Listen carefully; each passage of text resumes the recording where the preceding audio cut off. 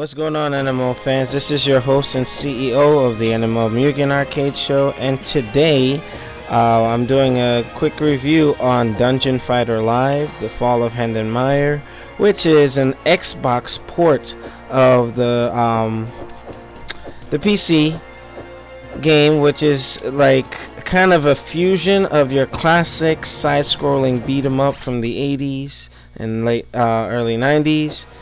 And it kind of takes RPG elements, Diablo style and Final Fantasy style.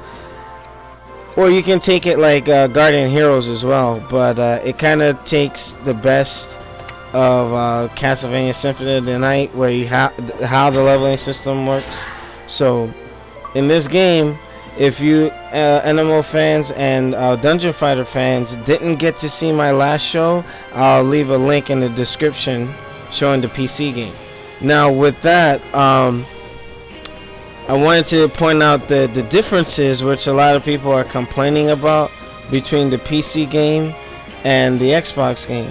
Now notably, first off the bat, from me being a PC player with my level 19 Slayer, you only have 3 classes available right now, but I'm pretty sure at some point the other classes, the mage, the priest, and the male fighter that was recently added to the PC game, will find its way into this game via DLC. So I'm not, jumping on the developers for this just yet. Next gen, I know they're trying to see if people would have paid for the game, which is ordinarily free. It's only 800 Microsoft points, so it's not that bad. But consider the fact, like, this is a hard sell because the PC game is free. But we'll see. And I understand that there's costs involved with developing the title this way. But another difference is the fact that they stripped down and streamlined the whole town system. And I believe this was done because Onionies and I were discussing this, that this removes the need for a server, and it's basically peer-to-peer, so that you're not having to pay server maintenance fees and all that other stuff. So I kind of understand why they did it, but it felt completely different. Like, you just want to go around and actually see people trading and talking and setting up for quests and all that good stuff. Kind of like an old school Phantasy Star online experience. Next is just some of the sub-menus have changed. I mean, it's not a bad thing. You just have to get used to it, especially if you're the hardcore PC game player. And it's like I have to get used to a couple things. However, the way that the Xbox how you have your skills mapped to like down, up, forward, and all that with different with attack and what have you, I think it works really well. It feels as if the game was meant to be on a console. Okay, but yeah, my only gripe, the fact that they don't have the other classes just yet, and the streamlined town, or aka lobby system, that they just completely removed. But I understand, because that would be a big undertaking, and to get it right might have been difficult. Also, I noticed there were 1 or 2 music tracks that were slightly altered, but I don't mind. I love remixes to a game or so, but I hope that maybe those old tracks from the PC game can be made DLC or something of that nature. But for now, I mean, the graphics, the HD graphics, to me actually look better on the Xbox than they do on the PC.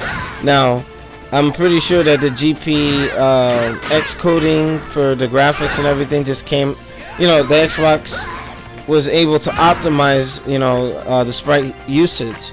But I noticed they also added the cinematic, where, if whoever, whether it's the Slayer, the Gunner, or the Fighter, when they kill the last dungeon, demon in the dungeon, it'll do that JoJo's Adventure type thing.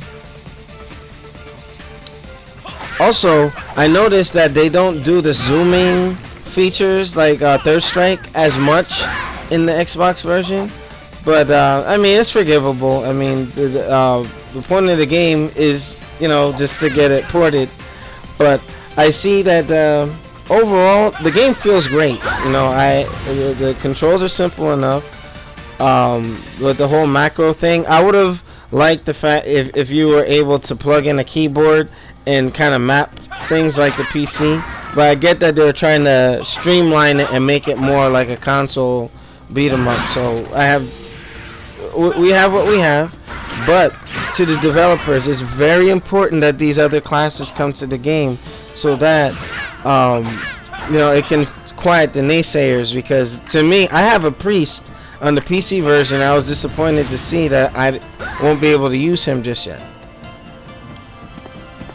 But overall presentation, I love how in this version of the game where you're going through different parts, they actually flesh out the story through graphic novel type comic book strip setup, which is pretty cool.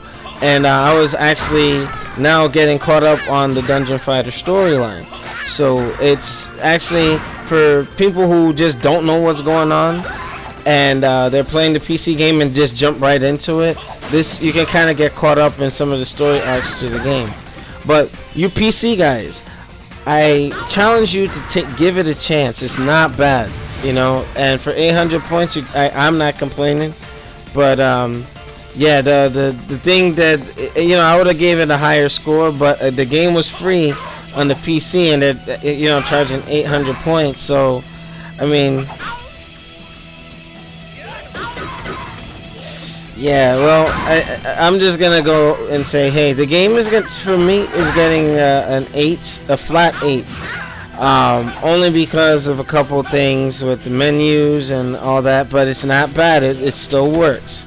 I highly recommend it. I'm trying to get a couple other people to meet up with me on GameFAQs.com or a couple other sites so we can actually raid some dungeons together. But the music is great. Still, I want a couple of the old tracks, but I know the PC one I actually updated too. But I want some of the old tracks. I want more classes. I just want more. I want more story to the game. But it looks like they're hinting towards possible DLC in the future. So, I mean, if done right, I think the game is going to be a rounding success. So, I give it a flat 8. But if you have any questions or concerns, or if you just flat out disagree with my review of the game, you can leave a comment below. Please subscribe to the nMo m.u.g.e.n Arcade Show. And, I mean, as long as this game continues to get support, I think it's going to be just fine. Because oftentimes you get games like Guardian Heroes, they release the game and that's it. You don't get any further support. And then, what happens to your replay value?